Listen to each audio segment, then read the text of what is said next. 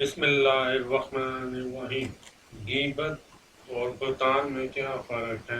غیبت ایک ایسا گناہ ہے جس میں ایک انسان کسی کی پیٹھ پیچھے یا اس کی عدم موجودگی میں اس کی ایسی برائی بیان کرتا ہے جو واقعی اس میں موجود ہوتی ہے، اور اگر وہ یہ برائی سنے تو اس کو ناگوار گزرے۔ اگر یہ برائی اس میں موجود نہیں ہے تو یہ بہتان ہے۔ غیبت کرنا ایک کبیرہ گناہ ہے، اس سے بچنا چاہیے۔ قرآن و حدیث میں سخت وعید آئی ہے غیبت کے متعلق۔ حضرت ابو ہریرہ رضی اللہ تعالیٰ عنہ سے مروی ہے کہ رسول اللہ صلی اللہ علیہ وسلم سے پوچھا گیا کہ اے اللہ کے رسول، غیبت کیا ہے؟ آپ صلی اللہ علیہ وآلہ وسلم نے فرمایا، تمہارا اپنا بھائی کا ایسے انداز میں ذکر کرنا جسے وہ ناپسند کرتا ہو۔ کہا گیا، جو بات میں کہہ رہا ہوں اگر وہ میرے بھائی میں ہو تو کیا وہ غیبت کہلائے گی؟